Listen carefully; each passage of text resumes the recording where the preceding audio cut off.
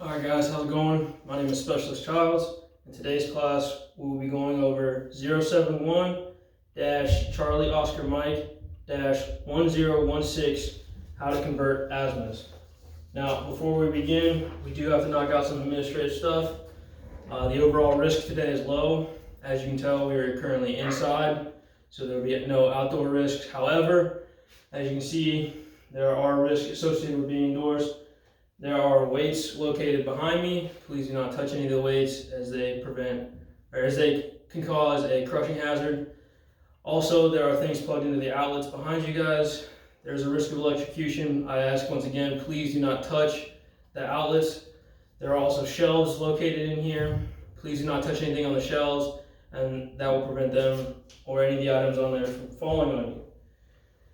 So now, I'm going to go around, make sure that everybody has everything. We're going to do PCCs, PCIs. So individually, I'm going to go around and inspect. Make sure you have your CAC, pen, paper, and a water source. So I'm going to go ahead and go individually and inspect those items. All right, now that I've hands-on inspected all those, I'll go ahead and make a note of that in my paperwork. And now that we have that administrative data out of the way, we can go ahead and begin this class. Once again, we are covering class 071-Charlie Oscar Mike-1016, converting azimuths. So the task condition standards. Conditions: you are a member of a squad preparing to conduct tactical movement, and you have been directed to convert azimuths in preparation for the movement. You have been given a 1 to 50,000 scale map with a declination diagram, pencil, paper, a magnetic azimuth, and a grid azimuth. Some iterations of this task should be performed in Mop 4. Standards: convert an azimuth into a back azimuth, a magnetic azimuth to a grid azimuth, and a grid azimuth to a magnetic azimuth without error. So real quick, we will not be performing any iterations in Mop 4.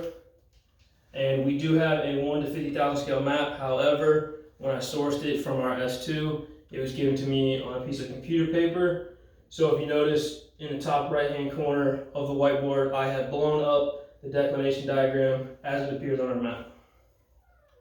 So note, the north-south line designate grid north on your map. The compass needle points to magnetic north. The GM angle, or the grid magnetic angle, is the angle difference between grid north and magnetic north. So the first thing we're going to cover is converting an azimuth into a back azimuth. As you can see, I have drawn out an example on the whiteboard. So to convert an azimuth to a back azimuth, if the azimuth that you originally shoot from your compass is less than or equal to 180 degrees, you will simply add 180 degrees to that angle. If the azimuth you shoot out of your compass is greater than 180 degrees, you will subtract 180 from that angle. So the example I have on the board here says my azimuth that I shoot is 152 degrees. So my back azimuth would be 152 plus 180, which is 332 degrees. So the next, it says warning. When converting azimuths into back azimuth, extreme care should be exercised when adding or subtracting the 180 degrees. A simple mistake of 1 degree could be significant in the field. So the second thing we're going to cover today is how to convert magnetic azimuths to grid azimuths. So the declination diagram that I have blown up on the right side of the screen is commonly found in the bottom middle or bottom right side of your military map. So here at Fort Riley, the declination diagram, we have an easterly GM angle, which means that the magnetic angle is to the east of the grid angle, and so we have a positive GM angle. The GM angle here at Fort Riley is 3.2 degrees, and because it's easterly, that means to convert magnetic to grid, we have to add the GM angle. And so, in the example I have here for number 2, my magnetic angle is 225 degrees. That means that the azimuth that I have on my compass is 225 degrees. So in order to plot that angle, or that azimuth, onto my map, I have to add the GM angle, which means I take 225 plus 3.2 degrees, which is the GM angle, and then on my map, I would plot 228.2 degrees. So there's a note here. As an example, a given magnetic azimuth of 190 degrees, using the diagram, you would add 9.5 degrees to 190 degrees to obtain a grid azimuth of 199.5. So that's just another example of how to add the GM angle. So now the third thing we're going to cover today, and the last thing we're going to cover, is how to convert a grid azimuth to a magnetic azimuth. So in this case, you have your map, you find an angle on the map, and now you have to translate the angle that you had on your map to your compass, so that way you can start walking to your navigation point. So your declination diagram, again, is where we'll go reference. On the declination diagram, it will also mention the add or subtract, either grid to magnetic or magnetic to grid. So there's no real guesswork. So on the declination diagram, it says to convert grid to magnetic, subtract the GM angle. So then if your grid azimuth is 180 degrees, your magnetic azimuth will be 180 minus 3.2, which is the GM angle, which will get you 176.8. And you'll put that into your compass, and then you'll start walking, and you'll be headed in the right direction to your point.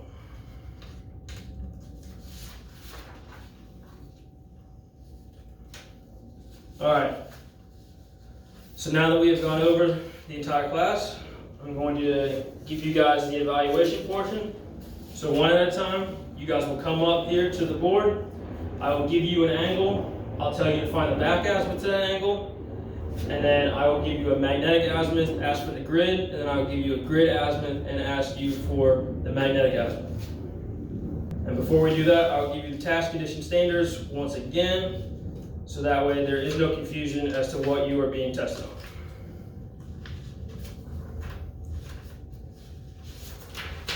So, conditions. You are a member of a squad preparing to conduct tactical movement, and you have been directed to convert azimuths in preparation for the movement.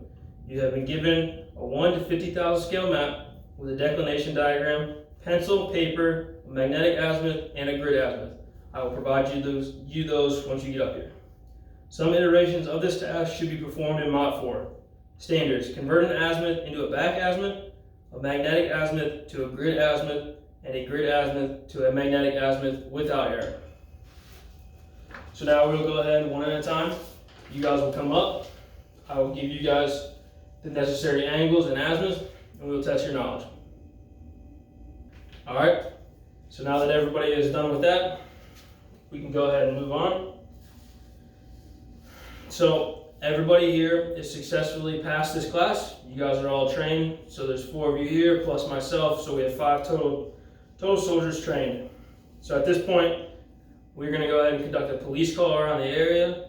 You know, you always make your area better than the way you found it. So go ahead and take time to conduct a police call.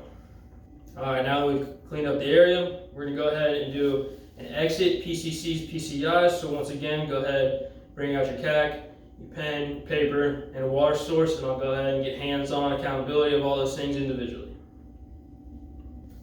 All right, so now that I've got hands-on accountability for all of those things, we'll go ahead and conduct the AAR, or the after action review. So before we begin on the AAR, just some quick ground rules.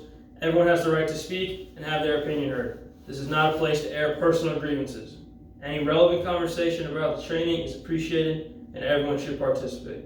This training is for you guys, so if you want to see something different or the same for the future training, please let me know. So what was supposed to happen, I'll go ahead and do this one. So based on the outline of today, PCC my equipment for instruction prior to the eval day. So I got the whiteboard, the markers, the map. I informed you guys of the required materials to bring in class, and everybody brought those materials. I appreciate that. And then, so we started with the introductions. I introduced myself. We did the PCCs, PCIs to make sure you guys had all of your equipment. We went over the risk assessment that was low. I stated the task conditions and standards.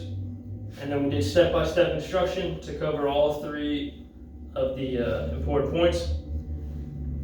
And then I asked you guys if you had any questions. I gave you time to practice. Then I restated the task condition and standards to the group before I brought you up to evaluate you. And then I gave you guys your feedback. Everybody did wonderful. All 4 of you were trained properly. I recorded the results. We then conducted a police call. We re-PCC'd and PCI'd all of your items to make sure you had those before you left for the class. And we are currently doing an after-action review.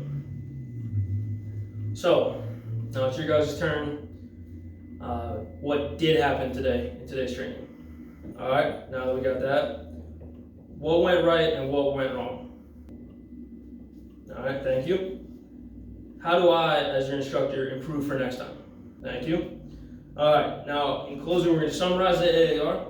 So we started off with the ground rules, make sure that everybody understood that their opinion matters, and I want everybody to speak up. We went over what was supposed to happen, going step by step through the outline. We talked about what did happen. We talked about what went right and what went wrong. You guys mentioned how I can improve for next time. And then, so were there any injuries or any damaged equipment? Were all the control measures implemented effectively? I would say so, given that everybody listened to the risk assessment and we had no injuries to people or personnel whatsoever. So I'm just gonna go ahead real quick, fill out my paperwork. All right, so that concludes today's class. And I would now like to request from Staff Sergeant Ryder, go ahead and close out the training site.